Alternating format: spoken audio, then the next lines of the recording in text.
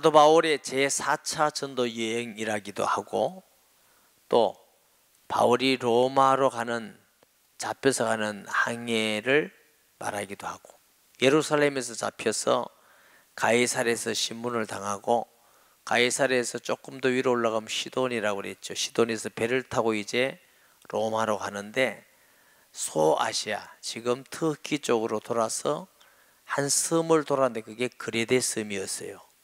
섬에서 이제 풍랑을 만나서 가다가 엄청난 유로굴라는 풍랑을 써 죽음의 위기까지 가지요. 하나님의 은혜로 바울과 그 모든 사람이 구원을 받습니다. 하나님 바울에게, 바울아 두려워하지 말아라, 네가 가이사 앞에 서야 되겠고, 또 여기 있는 모든 사람들을 너 손에 붙였다. 은혜로 멜리데 섬에 도착해서 거기서 불을 피우는 가운데 독사가 물어서 그 독사가 물린 거 보고 사람들 보고 죄인이라 했다가 또 신이라 했다가 거기서 복음을 전합니다. 복음을 전하고 바울이 더 나와서 이제는 로마에 도착했어요. 그런데 바울이 로마에 도착해서 거기서 한 2년 동안 감옥 생활을 하는데, 우리나라 같은 감옥이 아니고 굉장히 배려를 많이 해서 보통 있는 죄수들과 구분해서 한 집에 거하게 하고, 또 어느 정도는 자유롭게 사람들을 만나기도 하고 말씀을 전하기도 하고, 군인 한 사람을 세워서 보초를 지키게만 하지 자유로운 생활을 하는 것을 우리가 보게 됩니다. 이 2년 동안, 로마에서 있는 2년 동안 굉장히 중요한 일들이 일어납니다. 첫째로는 여기서 기록한 성경이 옥중서신이라고 합니다. 에베소서, 빌립보서, 골로새, 빌레몬서를 기록하게 되고, 또 여기서 많은 사람들과 접촉을 하고 전도를 많이 하게 됩니다. 그리고 바울과 함께하는 바울의 동력자들도 있고, 그 중에 한 사람이 누구죠? 오네시모라는 사람입니다. 오네시모는 원래 빌레몬의 종이었는데 종살이라는 게 너무 힘들고 어려워서 도망을 가죠. 도망을 가지고 로마에, 사람들이 많이 있는 데 가면 잡기 힘들잖아요. 로마에 가서 바울을 만납니다. 예수님 믿고 바울의 제자가 됩니다. 바울은 공정한 사람인 거로 다시 오네시모를 빌레몬에게 보내면서 편지를 써서 보내는 게 빌레몬서입니다. 종이지만 너희 종이니까 네가 마음대로 해라. 그렇지만 예수 안에서 우리 형제된 오네시모다, 충성스러운 오네시모다, 이렇게 소개를 하는 것이죠. 그래서 이 바울이 2년 동안 로마 감옥에 있을 때 하나님 그 일을 통해서 많은 일을 하셨는데, 첫째로는 하나님은 로마 감옥에 갇혀있기 때문에 신변의 안전을 하게 되겠죠. 군인을 지키고 있으니까. 하나님은 복음을 전하는 사명이 있는 동안은 누구를 통해서도 지키심을 봅니다. 안전하기도 하고, 또 자유로우니까 복음 전할 수 있는 많은 대상들에게 복음을 전하기도 하고, 또 서신을 기록하기도 하고, 이것을 우리가 보게 됩니다. 16절, 우리가 로마에 들어가니 바울에게는 자기를 지키는 한 군인과 함께 따로 있게 허락하더라. 그러니까 일반 죄수하고 같이 있은 건 아니고 한 군인을 지키겠는데, 왜 이렇게 바울이 배려가 됐을까? 아마 학자들은 율리오라는 백부장의 도움이 아니었나 이렇게 봅니다. 율리오가 바울을 잡아가지고 로마에 호송하는 가운데 많은 기적을 받지 않습니까?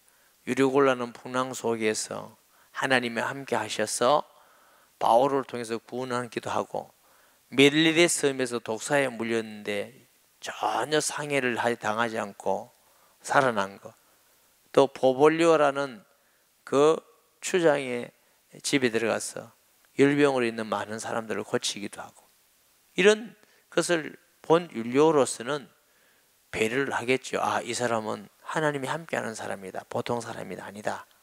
이 건의가 받아들여서 하나님은 이 바울에게 복음 전할 수 있는 많은 길을 주시는데, 때로는 하나님은 불신자를 사용해서도 하나님의 일하심을 보게 될 줄 믿습니다. 바울이 로마 감옥에 있기는 했지만 혼자 있은 건 아니에요. 이 성경을 자세히 들여다보면은 빌립보서에 보면 디모데라는 그 믿음의 아들이죠. 디모데가 있고, 사도행전 28장에 보면 의사 누가 사도행전을 기록한 사람이죠. 또 에베소 6장에 보면 두기고, 골로새서에 보면 마가, 골로새 4장사는 데마, 빌립보 2장에는 에바브로디도, 골로새 4장에는 아리스타고, 골로새 1장에는 에바브라, 또 골로새 4장에는 오네시모. 여기서도 우리가 보면 하나님은 바울 혼자가 아니고 셀 공동체 속에서 은혜를 받고 힘을 얻어서 복음 전하는 걸 보게 됩니다. 만약에 이런 사람들이 있고 바울 혼자서 감옥에 있었다면은 이런 엄청나고 큰 하나님의 역사를 할 수가 없었겠죠. 바울도 인간인 거로 심히 약해지고 좌절하고 힘든 일도 있겠지만 이 안에서도 셀 공동체를 하나님 허락해 주셔서 함께 기도하고 위로받고 함께 도와주고 함을 통해서 담대히 복음을 전할 수 있게 된 줄 믿습니다. 여러분, 성전에서 모이고 집에서 모이고 정말 중요한 것입니다. 작년에 우리가 세미나를 해보니까 25%만 세례에 동참하고 있다. 이번에는 너무 많이 하면 안 되니까 우리 교육자하고 회의하면서 이번에는 기도하면서 목표를 30%로 끌어올리자. 30%. 목사님 다 해야 안 돼. 당연히 다 해야 되죠. 사정이 여러 가지 있을 수 있으니까 어쨌든 초대교회 같은 그런 교회의 모습이 될수록 하나님의 임재를 세밀하게 많이 깨닫고 발견하게 될 줄 믿습니다. 17절에 사흘 후에 바울이 유대인 중 높은 사람들을 청하여 그들이 모인 후에 이르되 여러분 형제들아, 내가 이스라엘 백성이나 우리 조상의 관습을 회창한 일 없는데 예루살렘에서 로마인의 손에 죄수로 주파되었으니, 여기 보니까 바울이 높은 사람들, 이 바울이 전도하는 그 법이 있어요. 첫째는 유대인에게 전도해요. 그 다음에 이방인에게 가기도 하고, 또 바울은 전도의 효과를 위해서 높은 사람이 더 영혼이 귀중하고 낮은 사람은 귀중하지 않다 이런 뜻은 하지만 바울은 항상 전도에 효과 있는 전도를 하고 노력하는 거죠. 예를 들면은 모르는 척 하면 바울이 어디로 가요? 회당을 제일 먼저 찾아가요. 회당에는 뭐예요? 유대인들이 성경을 알고 믿는 사람들이기 때문에 성경을 깨닫기 제일 좋은 사람들이에요. 회당을 찾아가고, 그 다음에 어디 갑니까? 저자를 갑니다. 사람들이 많이 모이는 곳에. 이렇게 하듯이 바울의 소원은 일평생 로마를 가는 것입니다. 왜 로마에 구경 갔습니까? 문화여행 갔습니까? 쇼핑하러 갔습니까? 사람이 많이 모이는 세계 중심에 복음을 전하면 이 복음이 전 세계에 증거된다고 본 것입니다. 그래서 로마를 갈 뿐만 아니고 또 유대인 중에서도 높은 사람, 영향력 있는 사람, 그렇죠. 그래서 우리가 복음 전하는 것도 예루살렘과 온 유대와 사마리아 땅끝까지로 같이 우리 주위에 있는 가까운 사람부터 먼저 복음을 전해야 될 줄 믿습니다. 관계된 사람, 가족, 친구, 다른 사람 복음 전하지 말라 그 말 아니에요. 그러나 가까운 데부터 멀리, 친한 사람부터 덜 친한 사람, 또 우리가 복음을 전하는 건 시골에 가서도 전해야 되지만 사람들이 많이 모이는 곳에 전해야 빨리 많이 증거되기 때문에 그건 지혜로운 일인 줄 믿습니다. 그래서 바울이 유대인에게 가서 높은 사람에게 복음을 먼저 전하고 그 다음에 이방인에게 또 복음 전하는 과정을 우리가 보게 됩니다. 18절에 로마인은 나를 신문하여 죽일 제목을 없음으로 석방하려 하였으나 유대인들이 반대하기로 내가 마지 못하여 가이사에게 상소하며 내 민족을 고발한 것이 아니니라. 이러므로 너희를 보고 함께 이야기하려고 청하였으니 이스라엘의 소망으로 말미암아 내가 이 쇠사슬에 매인 바 되었노라. 그들이 이르되 우리가 유대에서 너에게 대한 편지도 받은 일이 없고 또 형제 중 누가 와서 너에게 대하여 좋지 못한 것을 전하든지 이야기한 일도 없느니라. 이에 우리가 너희 사상이 어떤가 듣고자 하니 이 파에 대하여는 어디서든지 반대를 받는 줄 알기 때문이라 하더라. 자, 이미 로마에는 사도들이 복음 전한 것이 아니지만 흩어지는 유대인들이 예루살렘에 왔다가 또 여러 군데 만나서 복음을 듣고 로마까지 가서 로마 교회가 세워진 겁니다. 이제 다음 주부터는 로마서를 강의할 것인데, 이 로마 교회가 이미 세워져 있고 로마 교회 성도도 있어요. 그러다 보니까 로마에도 예수 믿는 소문이 퍼져 있겠지요. 특히 유대인들이 먼저 예수 믿었으니까 유대인들이 더 알겠지요. 그런데 로마에서도 예수파, 예수 믿는 사람에게는 많은 사람들이 오해를 해가지고 타에 대해서 반대하는 사람이 많다. 여러분 코바드에서는 영화를 보듯이 나중에 로마에 엄청난 핍박이 일어나기 시작합니다. 그래서 엄청난 사람들이 죽기도 하고 고난받기도 하고 그 후에 이제 자유를 하기도 합니다만은, 이렇게 로마에도 지금 예수 믿는 사람이 핍박하는 일이 일어났다. 그런데 우리는 지금 너희들이 믿는 파가 뭔지 모르겠다. 그러니까 좀 한번 들어보고 싶다. 이게 바울이 복음을 전합니다. 23절에 그들이 날짜를 정하고 그가 유숙하는 집에 많이 오니 바울이 아침부터 저녁까지 강론하여 하나님 나라를 증언하고 모세의 율법과 선자의 말을 가지고 예수에 대하여 구원하더라. 복음의 내용이 뭡니까? 모세의 율법을 가지고 선지자의 글을 가지고 예수님은 하나님 아들인 그리스도사, 이거 지낸 겁니다. 자, 그럼 내용이 요거밖에 안 나오지요. 여러분, 예수님께서 요한복음 5장 39절에 구약, 너희가 성경에서 영생을 얻으라. 이 성경은 무슨 성경? 구약이에요. 내게 대해서 증거하는 것이다, 이렇게. 누가복음 24장 27절에 44절에 보면 예수님이 모세와 선지자의 글, 44절에는 시편에, 이게 한마디로 하면 구약입니다. 구약이 나에 대해서 증거하는 것이라고 그랬습니다. 그럼 우리가 이 성경을 바로 보는 관점은 신구약 성경을 예수님 중심으로 보는 것이 바르게 보는 것입니다. 왜 이단이 생기고 사이비가 생기느냐 하면은 보는 관점이 달라서 그렇습니다. 신천지라는 사람은 성경을 이만이라는 중심으로 보기 때문에 신천지가 열매가 나와버린 거예요. 하나님의 교회라는 사람은 성경을 안산홍이라는 사람 중심으로 봐요.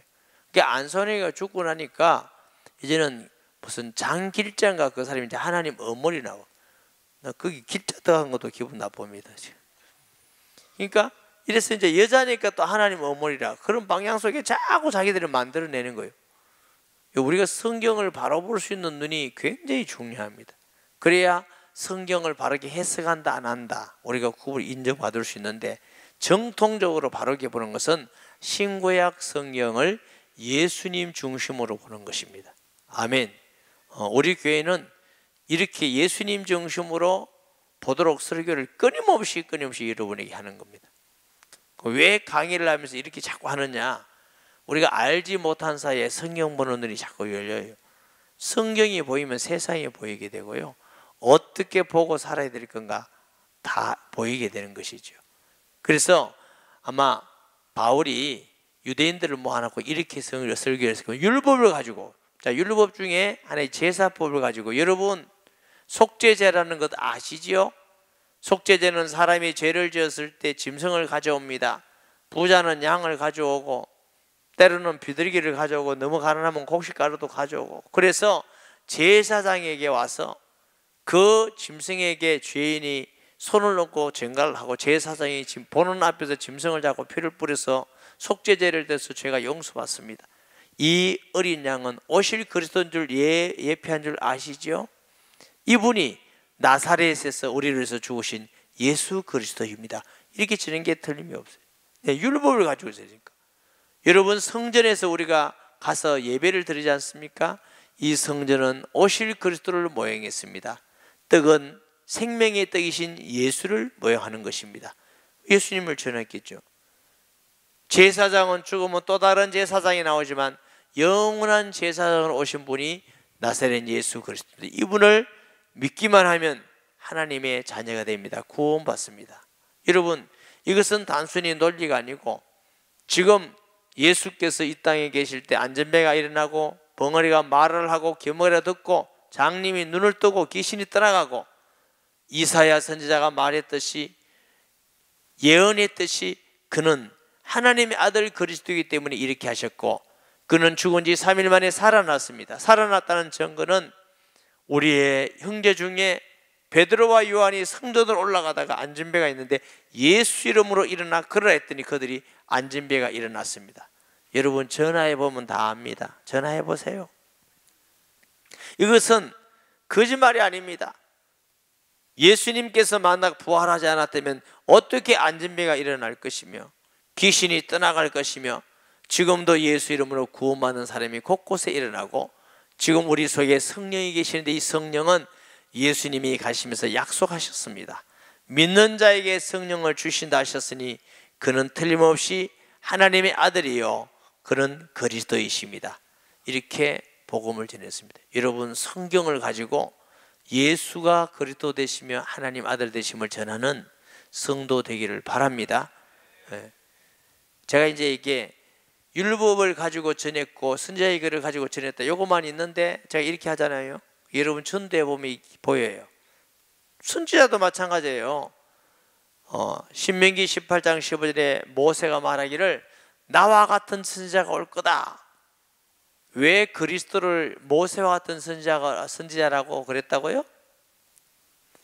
선지자 중에 계명을 이스라엘 백성에게 준 선지자는 모세밖에 없어요. 10계명을 하나님께서, 예수님은 내가 새 계명을 너에게 주노니, 그래서 예수님은 하나님의 아들인 그리스도이기 때문에 반드시 새 계명을 주셔야 되는 분이에요. 왜냐하면 모세와 같은 선지자니까. 이해되시죠?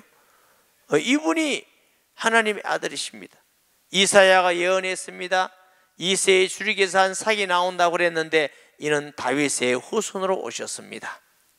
그는 한 아이 같지만 아버지와 영존하시는 하나님이라 하셨듯이 그는 그 말씀대로 오셨고, 여러분 유대인인 여러분은 성경을 잘 아실 겁니다.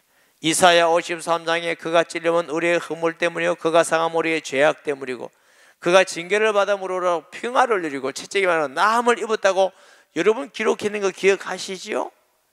누구에게 대한 말씀인지 아십니까? 그분이 예수 그리스도이십니다. 그러므로 그분을 통해서 우리가 예수 믿고 구원받아 하나님의 자녀가 됩니다. 아멘.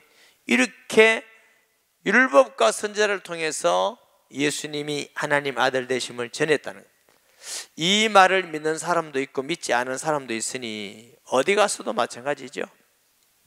서로 맞지 아니하여 흩어질 때 바울이 한 말로 이르되 성령이 선지자 이사야를 통하여 너희 조상들에게 하신 말씀이 옳도다 일렀으되 이 백성에게 가서 말하기를 너희가 듣기는 들어도 도무지 깨닫지 못하며 보기는 보아도 도무지 알지 못하는도다. 이 백성의 마음이 우둔하여져서 그 귀로는 둔하게 되고 그 눈으로는 감았으니 이는 눈으로 보고 귀로 듣고 마음으로 깨달아 돌아오면 내가 고쳐줄까 함이라 하였으니, 여러분 왜 이스라엘 사람들이 복음을 듣고 이게 깨달아지지 않습니까? 우리나라 사람들도 왜 복음을 듣고 깨달아지지 않습니까? 왜 잘 못 알았고 잘 하나님의 역사를 못 봅니까? 마음이 어두웠어, 어두웠어. 하나님 두기 싫어했어. 여러분 들리고 보는 것은 눈이 아니고 귀가 아닙니다. 마음입니다. 마음. 그래서 복이 있는 것은 세상 육신적이고 잘생기고 키 크고 돈 많은 게 아니라 심령이 가난 사람이 복이 있습니다. 마음이 청결한 사람은 복이 있나니 하나님을 볼 것이며. 어떻게 하면 청결하게 됩니까? 하이타이를 막 먹어요. 십자가의 보혈을 통해서 우리가 청결하게 될 때 예수님의 십자가를 통해서만 보이지 않은 하나님을 보고 느낄 수 있는 거예요. 이 본단 말은 육신의 눈이 아니에요. 요한일서에 보면 사도 요한이 말하기를 이 예언의 말씀에 대하여는 눈으로 본 바요 손으로 만진 바요 귀로 들은 바라고 말하고 있습니다. 영적인 말씀이죠. 우리가 예수님을 보이지 않지만 보는 것 같이 보고 느낄 수 있는 성도가 되어야 됩니다. 이게 복 있는 사람이에요. 올해 우리가 꼭 가정에서든지 예배를 드리는 교회에서든지 직장에서든지 만남 속에서 하나님의 임재를 경험하라. 하나님의 임재를 경험하려면 우리의 마음이 가난하고 낮은 마음으로 예수 그리스도를 믿고 공동체 속에서 기도하고 말씀에 순종하면 살아계신 하나님을 경험하면서 살아가는 겁니다. 이것이 신앙생활입니다. 하나님이 계시는지 안 계시는지, 예배를 받으시는지 안 받으시는지, 기도를 응답하는지 안 받는지, 이래 예수 믿음이 얼마나 답답하고 힘듭니까? 혹시 그런 사람이 있으면 수고 많이 하셨습니다. 그래도 계속 끊임없이 교회에 나온다는 건 진짜 대단한 겁니다. 하나님을 경험하는 성도 되기를 주의 이름으로 축복합니다. 하나님은 경험할 수 있습니다. 살아계시기 때문에, 그의 말씀이 살아있기 때문에, 약속대로 이루시기 때문에. 할렐루야, 아멘. 이 유대인이 마음이 우둔하고 악해서 받아들이지 않고, 둘째로 이 유대인이 복음을 받아들이지 않음을 통해서 복음이 이방인에게 가는 것이 하나님의 또한 뜻인 줄 믿습니다. 그래서 이방인에게 가서 복음이 자꾸 서쪽으로 해서 우리 지금 동양에서 지금 서쪽으로 자꾸 넘어갑니다. 이제는 모슬렘을 지나갈 겁니다. 그래서 또 예루살렘에 가는 걸 보고 뭐라고 그런다고요? 땅끝까지 복음이 증거되었다. 그런즉 하나님의 이 구원이 이방인에게로 보내진 줄을 알라. 그들은 그것을 들으리라 하더라. 여러분, 사도행전 16장에 보면은 특히 소아시아에서 이제 예수행의 복음을 막아서 어디로? 마게도니아에 처서인 빌립보에, 이게 유럽입니다. 지금 가면 그리스입니다. 그리스 가보면은 그게 고린도도 있고 빌립보도 있고. 그래서 여러분, 알뜰살뜰 돈 모아가지고 괜히 유럽, 미국 여행 이거 하지 말고 성지순례를 좀 하세요. 성지순례. 제가 이 사도행전을 읽어보니까 특히 그리스 성지순례 본 게 머리에 다 있어서 이 머리에 그리면서 성경을 읽게 되니까 얼마나 좋은지 모르겠어요. 에집트와 이스라엘은 출애굽과 사복음서의 현장이 있어요. 그럼 사복음서를 읽으면 그냥 바람을 잡는 가치가 아니라 그림을 그리면서 읽는 거예요. 아, 예수님은 이런 환경 속에서 이렇게 하고 이렇게 하고 이렇게 하고 뭐 하나다 그냥 돌아가시면 어쩔 겁니까? 어쨌든 예수님을 실제로 믿고 구체적으로 믿는 걸 우리가 소원을 가지고, 아멘. 목사님 죽인다던 데가 가까우면 괜찮아요. 혹시 그럼 또 순교할지도 모르지. 순교 싫어요. 자, 그래서 복음이 이제는 넘어가지요. 넘어가가지고 한 BC 한 4, 5세기경 교보시대쯤 되면은 이제는 토마스 아퀴나스라는 천주교 아주 유명한 사람이 있습니다. 그 사람을 통해서 철학교의 기독교를 세웁니다. 이래서 자꾸 해서 한 1000년지라서 한 1500년경에는 완전히 타락하게 됩니다. 구원은 믿음으로 받는 것이 아니라 돈으로 받는다, 행동해야 된다 하고 면죄부 이런 게 만들어지고 부패하고 타락해지고 마리아는 죄 없다 이렇게 되고 교황 모쏠이 나오고, 여기에서 이거 틀렸다 하고 제일 첫 번째 깃발을 들은 사람이 루터입니다. 근데 하나님의 뜻이라고 생각하는 것은 루터만 든 게 아니고 그 시대 종교개혁자들을 많이 일으켜 놨습니다. 칼빈, 존 낙서, 쯔윙글리 이런 사람을 많이 일으켜 놔서 동시대 다발적으로 일어난 거지. 각 나라들마다 일어나가지고 오직 믿음으로 구원받는다, 오직 우리는 성경만 읽는다, 오직 하나님이다, 이래서 나온 걸 개혁교회라고 합니다. 개혁이라고 합니다. 개혁. 아시겠죠? 여러분, 우리 기독교를 개신교라고 하지 마세요. 개신교라 말은 천주교인 구교에서 나온 신교다, 이게 개신교예요. 우리는 개신교 아닙니다. 거기서 나서 완전히 사도들이 믿었던 신앙으로 다시 정통으로 돌아갔다. 그래서 우리가 기독교라고 합니다. 전혀 뿌리가 다른데 사람들은 자꾸 개신교라 해서 천주교에서 나왔다 이렇게 생각합니다. 우리가 무슨 천주교 작은 집입니까? 천주교에서 가면 우리 보고 자꾸 작은 집이랍니다. 작은 집 한 적 없어요. 그래서 나와서 유럽에 복음이 전거되고 독일, 스위스, 네덜란드 이렇게 일어나잖아요. 일어나가지고 칼빈이 스위스 있다가 존 낙스가 또 어디 가느냐, 저 영국에 갑니다. 영국은 우리가 그냥 영국인 줄 알지만 중간에 있는 게 잉글랜드, 옆에 있는 게 웨일즈, 제위에 가면 스코틀랜드라고 있어요. 그 스코틀랜드에서 존 낙스라는 사람이 복음을 전하고 교회를 하는 겁니다. 그런데 영국 국교회가 뭐였는지 아세요? 성공회입니다. 성공회가 자꾸 핍박하는 거, 핍박. 메리 여왕이라는 사람이 핍박하니까 존 낙서가 기도하죠. 아주 유명한 일화가 뭐냐면 메리 여왕의 말입니다. 메리 왕은 한 나라의 군대보다 존 낙서의 기도가 더 무섭다 하는 말이 여기서 나오는 겁니다. 핍박을 하니까 여기 있는 사람들이 다시 신앙의 자유를 찾아서 메이플라워라는 배를 타고 아메리카라는 거, 이게 청교도입니다. 그런데 이 존 낙서, 이걸 개혁교라면 거기 장로, 그러니까 우리나라의 장로교는 존 낙서로부터 미국에서 들어온 이 장로교, 또 대륙 장로교, 독일 중심한 장로교가 있습니다. 그게 우리나라는 그런 쪽으로 들어온 존 낙서에 있는 왜냐하면 미국 사람이, 미국의 조상들이 그 청교도들이니까 그런 사람들이 우리나라에서 복음을 전했기 때문에 우리나라가 장로교가 많은 거예요. 그러니까 우리나라 장로교 뭐라 그런다고? 개혁교회라는 거예요. 개혁교회. 오직 예수님을 믿음으로 구원받는다. 이래서 이제 아시아의 복음이 전거되면서 자꾸 이제 중국, 그 다음에 여러 가지 인도 이렇게 해서 자꾸 이제 모슬렘권으로 넘어갑니다. 복음이 넘어가서 예루살렘까지 가야 땅끝이라고 생각들을 합니다. 아멘. 그러니까 사도행전 1장 8절이 지금도 계속 이렇게 이루어져 가고 있는 것을 우리가 보게 됩니다. 아멘. 30절 바울이 온 이태를 자기 집에 머물면서 자기에게 오는 사람들을 다 영접하고 이렇게 자유롭게 복음 전하면서 영접하고 제자화시키기도 하고 편지를 쓰기도 하고 이게 2년 동안 31절에 하나님의 나라를 전파하며 주 예수 그리스도에게 관한 모든 것을 담대하게 거침없이 가르치더라. 자, 이 성경 나오기 전에 전문 있는 성경은 이렇게 표현했습니다. 31절에 담대히 하나님 나라를 전파하며 주 예수 그리스도에게 관한 것을 가르치되 그 많은 사람이 없었더라. 이게 더 좋은 표현이에요. 원래 그 많은 사람이 없었더라. 무슨 얘기냐면 사람은 감옥에 묶어둘 수 있었지만 복음은 묶어둘 수가 없었습니다. 바울이 전한 복음, 사람은 이태 동안 그 감옥에 있지만 바울이 전한 복음은 들은 사람을 통해서 자꾸 복음이 전 세계에 전파되어 가는 것입니다. 할렐루야. 참 놀라울 일이죠. 여러분, 우리도 마찬가지예요. 우리는 죽습니다.